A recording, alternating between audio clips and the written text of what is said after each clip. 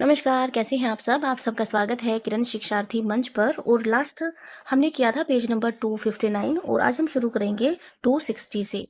तो चलिए शुरू करते हैं। प्रश्न है, निम्नलिखित उपन्यासों को प्रकाशन वर्ष के अनुसार लगाइए। तो हमें इन्हें प्रकाशन वर्ष के अनुसार लगाना है।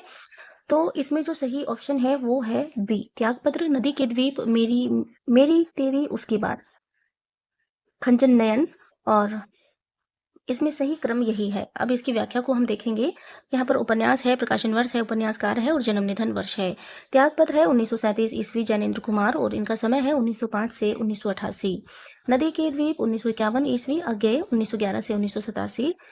मेरी तेरी उसकी बात 1974 ईस्वी, यशपाल 1903 से 2000, 1903 से 1976। खंजन नयन 1981 ईस्वी, अमृतलाल नागर, और इनका समय है 1916 से 1990। अब चलते हैं अगले प्रश्न की ओर।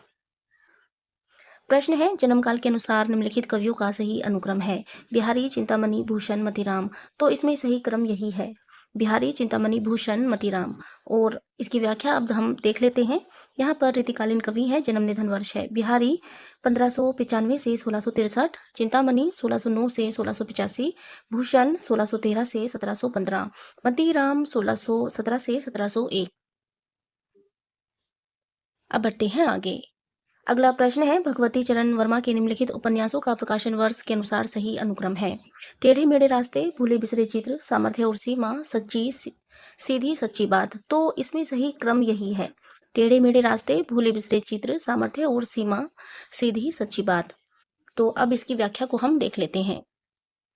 भगवती चरण वर्मा, और इनका समय है 1903 से 1981, और इनके उपन्यास क्रमानुसार यहाँ पर दिए गए हैं। पतन 1927, चित्रलेखा 1934, 3 वर्ष 1936, टेढ़े मेढ़े रास्ते 1946, आखिरी दाव 1950, अपने खिलौने 1957, भूले बिसरे चित्र 1959, वह फिर नहीं आई 1960, सामर्थ्य और सीमा 1962, थके पाव 1963, रेखा 1964, सच्ची सीधी बात 1968, सभी नचावत राम गोसाई 1970, प्रश्न और मरीचिका 1973। अब बढ़ते हैं आगे। निम्नलिखित रचनाकारों को उनकी आत्मकथाओं के साथ सुमेलित कीजिए। तो हमें मिलाना है कि कौन सी आत्मकथा किसकी है। तो यहाँ पर ऑप्शन दो है यहाँ पर, और बाकी अगले पेज पर है। शिव पूजन सहाय, सुमित्रा नंदन पंत। तो शिव पूजन सहाय की जो आत्मकथा है वो मेरा जीवन है। सुमित्रा नंदन पंत की आत्मकथा यहाँ पर नहीं है, 10 द्वार से सोपान तक। और यह जो आत्मकथा है यह हरिवंश राय बच्चन की है, हरिवंश राय बच्चन की। तो आगे वाले ऑप्शन जो है वो हम देख लेते हैं। हरिवंश राय बच्चन की अभी हमने पढ़ा था, 10 द्वार से सोपान तक, तो वो हरिवंश राय बच्चन की है। पांडे बेचन शर्मा उग्र की जो आत्मकथा है वो है अपनी खबर। तो इस तरह से हमारा कोट डी ठीक है। अब इसकी व्याख्या को हम देखेंगे। यहाँ पर लेखक है, आत्मकथा है शिव पूजन सहाय, इनकी आत्मकथा है मेरा जीवन 1985। सुमित्रा नंदन पंत 60 वर्ष एक रेखांकन 1960। हरिवंश राय बच्चन, इनकी आत्मकथा है क्या भूलूं क्या याद करूं 1969। नीड का निर्माण फिर 1970, बसेरे से दूर 1978, 10 द्वार से सोपान तक 1985। पांडे बेचन शर्मा उग्र, अपनी खबर 1960। पुरुषोत्तम दास टंडन, राख से लपटें।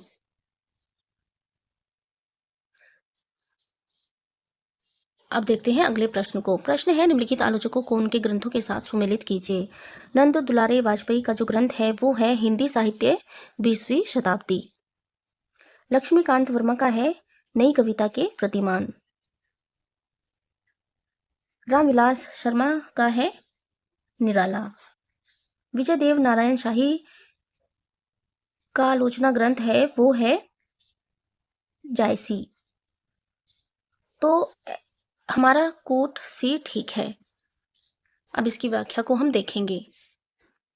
नंद दुलारे वाजपेयी, इनका जो समय है वो है 1906 से 1967, और इनके ग्रंथ हैं हिंदी साहित्य 20वीं शताब्दी 1942, जयशंकर प्रसाद 1940, प्रेमचंद आधुनिक साहित्य 1950, महाकवि सूरदास 1952, महाकवि निराला 1965, नई कविता 1963, कवि सुमित्रा नंदन पंत 1976, रस सिद्धांत 1977, साहित्य का आधुनिक युग 1978, आधुनिक साहित्य सृजन और समीक्षा 1978, रीति और शैली 1979, नया साहित्य नए प्रश्न लक्ष्मीकांत वर्मा और इनके ग्रंथ हैं नई कविता के प्रतिमान 1957, नए प्रतिमान पुराने निकष 1967। रामविलास शर्मा और इनका समय है 1912 से 2000 और इनके ग्रंथ हैं निराला 1946, निराला की साहित्य साधना। और इसके 3 भाग हैं, एक भाग है 1969 में, एक 1972 में और तीसरा 1976 में। प्रेमचंद 1941, भारतेंदु युग 1943, प्रगति और परंपरा 1949, साहित्य और संस्कृति 1949, प्रेमचंद और उनका युग 1952, प्रगतिशील साहित्य की समस्याएं आचार्य रामचंद्र शुक्ल और हिंदी आलोचना 1955, भाषा और समाज 1961, साहित्य स्थायी मूल्य और मूल्यांकन 1968, भारतेंदु युग और हिंदी साहित्य की विकास परंपरा 1975, महावीर प्रसाद द्विवेदी और हिंदी नवजागरण 1977, नई कविता और अस्तित्ववाद 1978, हिंदी जाति का साहित्य 1986, भारतीय सौंदर्य बोध और तुलसीदास 2001। अब बढ़ते हैं आगे। विजय देव नारायण शाही और इनके ग्रंथ हैं जायसी 1983, साहित्य और साहित्यकार का दायित्व 1983, छठवां दशक 1987, साहित्य क्यों 1988। धर्मवीर भारती, इनके हैं मानव मूल्य और साहित्य, सिद्ध साहित्य, प्रगतिवाद एक समीक्षा। अब बढ़ते हैं आगे। प्रश्न है निम्नलिखित संस्मरणात्मक रेखा चित्रों को उनके लेखकों के साथ सुमेलित कीजिए। चेतना के जो बिंब है वो है डॉक्टर नगेंद्र का। रेखाएं बोल उठी, ये है देवेंद्र सत्यार्थी। जिंदगी मुस्काई, ये है कन्हैयालाल मिश्र प्रभाकर। सियामलोकन है यशपाल का। तो हमारा कोट डी ठीक है। यहाँ पर संस्मरणात्मक रेखा चित्र है और लेखक हैं चेतना के बिंब 1967 डॉक्टर नगेंद्र, रेखाएं बोल उठी 1949 देवेंद्र सत्यार्थी, जिंदगी मुस्काई 1953, माटी हो गई सोना दीप जले शंख बजे 1959, कन्हैयालाल मिश्र प्रभाकर। सिंहावलोकन 1951 आत्मकथा है यशपाल की। मेरा परिवार 1972 महादेवी वर्मा। अब चलते हैं आगे। निम्नलिखित कहानीकारों को उनके कहानियों से सुमेलित कीजिए। तो भगवती चरण वर्मा की जो कहानी है वो है इन ऑप्शन में नहीं है वो कहानी। इलाचंद्र जोशी की कहानी है, इलाचंद्र जोशी की भी नहीं है।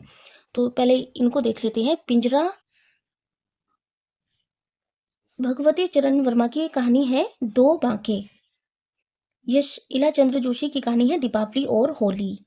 और यशपाल की कहानी है मकरील, जो है वो यशपाल की कहानी है, यशपाल। और पिंजरा जो कहानी है वो है उपेंद्र नाथ अश्क की, उपेंद्र नाथ अश्क की कहानी है। यशपाल, उपेंद्र नाथ अश्क, वो ये दो ऑप्शन हम पहले देख चुके हैं। यशपाल की कहानी है मकरील और उपेंद्र नाथ अश्क की कहानी है पिंजरा। और भगवती चरण वर्मा की कहानी है दो बांके, दो बांके है। और इलाचंद्र जोशी की है दीपावली और होली। अब इसकी व्याख्या को हम देखेंगे। यहाँ पर कहानीकार हैं और कहानियां हैं। भगवती चरण वर्मा दो बांके इंस्टॉलमेंट, मुगलों ने सल्तनत बख्श दी, मोर्चाबंदी। इलाचंद्र जोशी की कहानियां हैं दीपावली और होली 1942, धूप रेखा 1938, रोमांटिक छाया 1943, आहुति 1945, खंडहर की आत्माएं 1948, डायरी के निरस पृष्ठ 1951, कटीले फूल लजीले कांटे, कटीले फूल लजीले कांटे 1957। अब देखते हैं यशपाल को। यशपाल की कहानियां हैं मकरील 1934, पिंजरे की उड़ान 1930, 1903 और 1939, ज्ञानदान 1943, अभिशप्त 1943, तर्क का तूफान 1944, भस्मावृत चिंगारी 1946, वो दुनिया 1948, फूलों का कुर्ता 1949, धर्म युद्ध 1950, उत्तराधिकारी 1951, चित्र का शीर्षक 1951, उद्यमी की मां 1955, तुमने क्यों कहा था मैं सुंदर हूँ 1954, सच जो बोलने की भूल 1962, खच्चर और आदमी 1965, भूख के 3 दिन 1968। अब देख लेते हैं उपेंद्र नाथ अश्क को। उपेंद्र नाथ अश्क, इनकी कहानियां हैं पिंजरा 1944, अंकुर 1945, छींटे 1949, बैंगन का पौधा 1954, 70 श्रेष्ठ कहानियां 1958, पलंग 1961, आकाशचारी 1966। जैनेन्द्र कुमार को देख लेते हैं अब। एक कैदी, स्पर्धा फांसी 1929, वातायन 1931, दो चिड़िया 1934, एक रात 1935, नीलम देश की राजकन्या 1938, ध्रुव यात्रा 1944, पाजेब 1948, जय संधि 1948। अब चलते हैं आगे। निम्नलिखित उपन्यासों को उनके उपन्यासकारों के साथ सुमेलित कीजिए। तो यहाँ पर उपन्यास है और यहाँ पर उनके रचनाकार है, तो हमें बताना है कौन सा उपन्यास किसका है। यहाँ पर राधा कृष्ण दास का जो उपन्यास है वो है निसहाय हिंदू। किशोरी लाल गोस्वामी का उपन्यास है तारा। देवकीनंदन खत्री का है चंद्रकांता और श्रद्धाराम फुल्लोरी का है भाग्यवती। तो इस तरीके से हमारा जो कोट ठीक होता है वो होता है बी ठीक होता है। अब इसकी व्याख्या हम देख लेते हैं। यहाँ पर उपन्यासकार है और यहाँ पर उपन्यास है। राधा कृष्णदास, इनका समय है 1865 से 1907 और इनका उपन्यास है निसहाय हिंदू 1890। किशोरी लाल गोस्वामी 1865 से 1932, इनके उपन्यास हैं तारा 1902, लवंग लता 1990, स्वर्गीय कुसुम व कुसुम कुमारी 1999, काजर की कोठरी 1902, अनूठी बेगम 1905, गुप्त गोदना 1913, भूतनाथ 1907 और यह अधूरा उपन्यास है इनका। अब देखते हैं श्रद्धाराम फुल्लोरी। श्रद्धाराम फुल्लोरी का समय है 1837 से 1881 और इनका उपन्यास है भाग्यवती 1877। अब चलते हैं अगले प्रश्न की ओर। अगला प्रश्न है निम्नलिखित नाटककारों को उनके नाटककारों से सुमेलित कीजिए। यहाँ पर नाटककार है और यहाँ पर नाटक है। तो भारतेंदु हरिश्चंद्र का जो नाटक है वो है अंधेर नगरी। राधाचरण गोस्वामी का नाटक है अमर सिंह राठौर। प्रताप नारायण मिश्र का नाटक है संगीत शाकुंतला। बालकृष्ण भट्ट का नाटक है नल दमयंती। तो हमारा कोट डी ठीक होता है। अब हम इसकी व्याख्या को देखेंगे। यहाँ पर नाटककार है और यहाँ पर नाटक है भारतेंदु हरिश्चंद्र और इनका समय है 1850 से 1885 और इनके नाटक है अंधेर नगरी 1881, वैदिक की हिंसा न भवती 1873, विश्व से विषमोजधम 1876, प्रेम जोगनी 1875, चंद्रावली 1876, भारतेंदु हरिश्चंद्र 1880, नील देवी 1881। राधाचरण गोस्वामी, इनका समय है 1859 से 1925 और इनके नाटक है अमर सिंह राठौर 1895, बूढ़े मुहासे लोग देखे तमाशे 1886, तन मन धन गोसाई जी के अर्पण 1986, श्री रामा 1904, सती चंद्रावली। प्रताप नारायण मिश्र का समय है 1856 से 1894 और इनके नाटक है संगीत शाकुंतलम, कली कौतुक रूपक 1886, बालकृष्ण भट्ट, इनके नाटक है नल दमयंती 1884, व्रहनला 1895, नई रोशनी का विष 1884, जैसा काम वैसा परिणाम 1877, आचार्य विडंबन 1899, वेणु संहार 1909, कली राज की सभा, शिक्षादान, रेल का विकट खेल, बाल विवाह है। वेणु संहार 1909, कली राज की सभा, शिक्षादान, रेल का विकट खेल, बाल विवाह है। राधा कृष्ण दास और इनका समय है 1865 से 1960 और इनके नाटक है महारानी पद्मावती 1882, धर्मालाप, दुखिनी बाला। प्रश्न है निम्नलिखित कृतियों को उनके रचनाकारों के साथ सुमेलित कीजिए। यहाँ पर कृति और यहाँ पर उनके रचनाकार दिए गए हैं। तो आत्मा की आंखें जो है वो है रामधारी सिंह दिनकर की रचना। काठ का सपना है मुक्तिबोध की, गजानन माधव मुक्तिबोध। समय और हम जो रचना है वो है जैनेन्द्र की। मिलन यामिनी है हरिवंश राय बच्चन। तो कोट हमारा सी ठीक है। यहाँ पर कृति है, वर्ष है, रचनाकार है और उनका जन्म निधन वर्ष दिया गया है। आत्मा की आंखें 1964, रामधारी सिंह दिनकर 1908 से 1974, काठ का सपना 1967, मुक्तिबोध 1817 से 1964, समय और हम 1964, जैनेन्द्र 1905 से 1988, मिलन यामिनी 1950, हरिवंश राय बच्चन 1907 से 2003, आलोक की आस्था 1966, नगेंद्र की रचना है और इनका समय है 1915 से 1999। अब बढ़ते हैं आगे। प्रश्न है सुमित्रा नंदन पंत के निम्नलिखित काव्य संग्रह को उनके प्रकाशन वर्ष के अनुसार सुमेलित कीजिए। यहाँ पर रचना है और उनका प्रकाशन वर्ष है। तो पल्लव का जो प्रकाशन वर्ष है वो है 1926। वीणा का प्रकाशन वर्ष है 1927। गुंजन का प्रकाशन वर्ष है 1932 और स्वर्ण किरण का रचनाकार है 1947। तो इस तरह से हमारा कोड भी ठीक होता है। यहाँ पर रचना है और प्रकाशन वर्ष है। पल्लव 1926, वीणा 1927, गुंजन 1932, स्वर्ण किरण 1947, युगांत 1936।